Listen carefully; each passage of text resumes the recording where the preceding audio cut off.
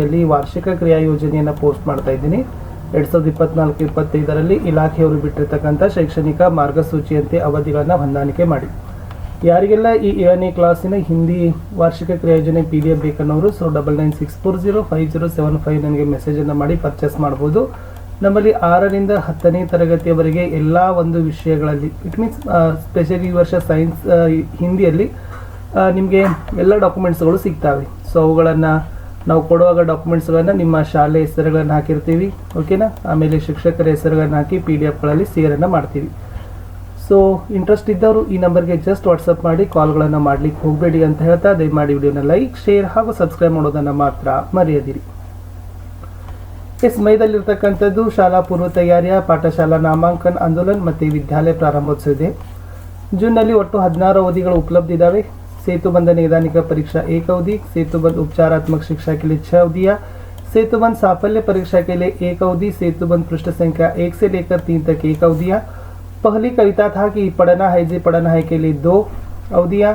उसमें सरल कविता सुनाने की गतिविधि के लिए 1 अवधियाँ. दूसरा पाठ अध्यापक और विद्यार्थी के लिए 3 अवधियाँ.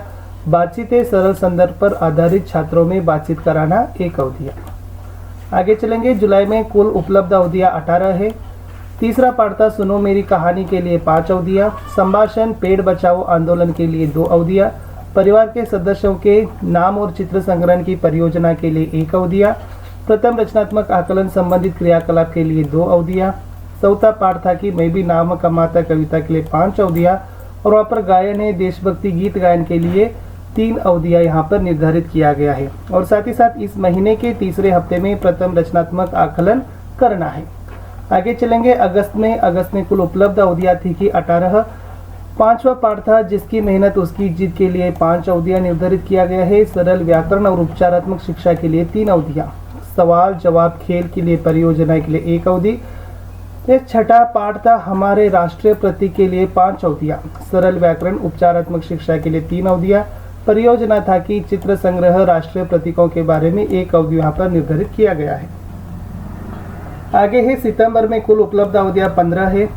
रसोई घर पाठ के लिए 3 अवधियाँ और रसोई घर के बर्तनों के चित्र संग्रह की परियोजना के लिए 1 अवधियाँ. सरल व्याकरण के लिए 1 अवधि.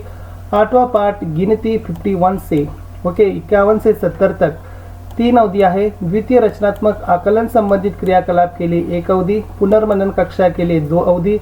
प्रथम संकलनात्मक मूल्यांकन के लिए 4 अवधि.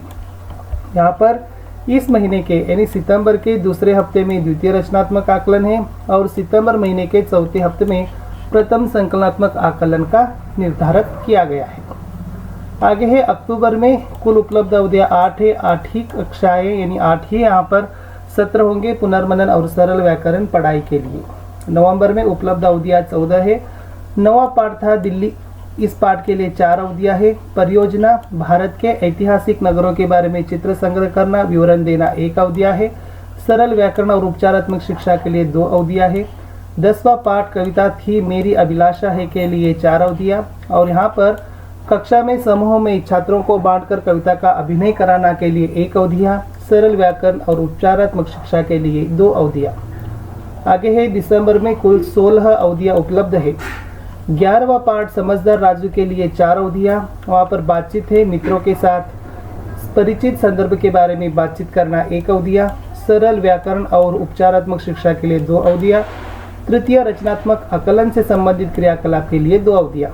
और 12वां पाठ था मित्र के नाम पत्र 4 अवधियाँ. यहाँ पर एक परियोजना है बधाई कार्ड तैयार करना 1 अवधि.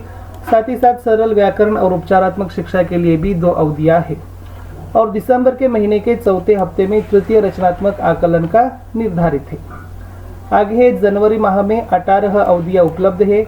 बोल उठी बिटिया पद्य के लिए 5 अवधियाँ है. और चर्चा है मित्रों के साथ परिचित सन्निवेश के अनुभव के बारे में चर्चा करने 1 अवधि. सरल व्याकरण और उपचारात्मक शिक्षा के लिए 2 अवधियाँ. 14वां पाठ था कि अक्ल चली बला टली के लिए 5 अवधियाँ. परियोजना कहानी को वाचन करना 1 अवधि. साथ ही साथ सरल व्याकरण और उपचारात्मक शिक्षा के लिए भी 4 अवधियाँ निर्धारित है.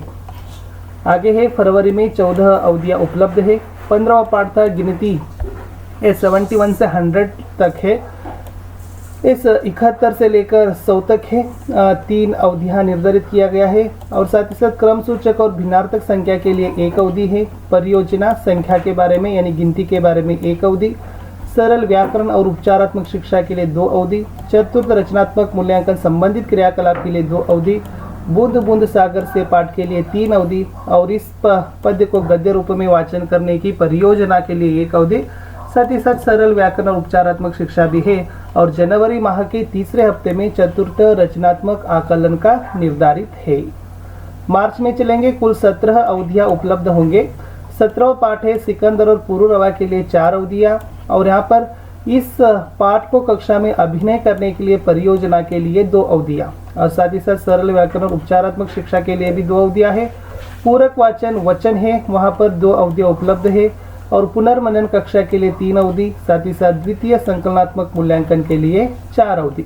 देखिए मार्च में होंगे द्वितीय संकलनात्मक मूल्यांकन परीक्षा और साथ ही साथ अप्रैल में होंगे 5 अवधियां उपलब्ध है और वहां पर द्वितीय संकलनात्मक मूल्यांकन कार्य जारी होगा 5 ಅವಧಿಯ में। ಸೊ ಇಷ್ಟಿತ್ತು ಸ್ನೇಹಿತರೆ 7ನೇ ತರಗತಿಯ ಒಂದು ವಾರ್ಷಿಕ ಕ್ರಿಯಾ ಯೋಜನೆಯನ್ನು ನಾನು ಯಾವ ತರನಾಗಿ ತಿಂಗಳಿನಲ್ಲಿರ್ತಕ್ಕಂಥ ಚಟುವಟಿಕೆಗಳನ್ನು ಡಿವೈಡ್ ಮಾಡಿ ನಿಮಗೆ ಕೊಟ್ಟಿದ್ದೀನಿ ಅಂತ ಯಾರಿಗೆಲ್ಲ 6 7ನೇ ತರಗತಿಯವರು ಬೇಕು ಅನ್ನೋರು ಸಹಿತ ಮೆಸೇಜ್ಗಳನ್ನು ಮಾಡಿ ನಿಮ್ಮ PDF ತಗೊಳ್ಬಹುದು। ಆಮೇಲೆ 7ನೇ ತರಗತಿಯ 6ನೇ ತರಗತಿಯ ಎಲ್ಲ ವಿಷಯಗಳ ಪಾಠಗಳ ಪ್ರಶ್ನೋತ್ತರಗಳನ್ನು ಸಹಿತನೂ ಕೂಡ ನಾವು ಹಾಕಿದ್ದೀವಿ। ಅವುಗಳ ಲಿಂಕ್ ಇದಾವೆ, ಅವುಗಳನ್ನು ಸಹಿತ ನೋಡಿ। ವಾಟ್ಸಪ್ ಚಾನಲ್ ಇದೆ, ಟೆಲಿಗ್ರಾಮ್ ಗ್ರೂಪ್ ಇದೆ, ಲಿಂಕ್ ಅನ್ನು ಕೊಟ್ಟಿನಿ, ಅವುಗಳಿಗೆ ಬಂದು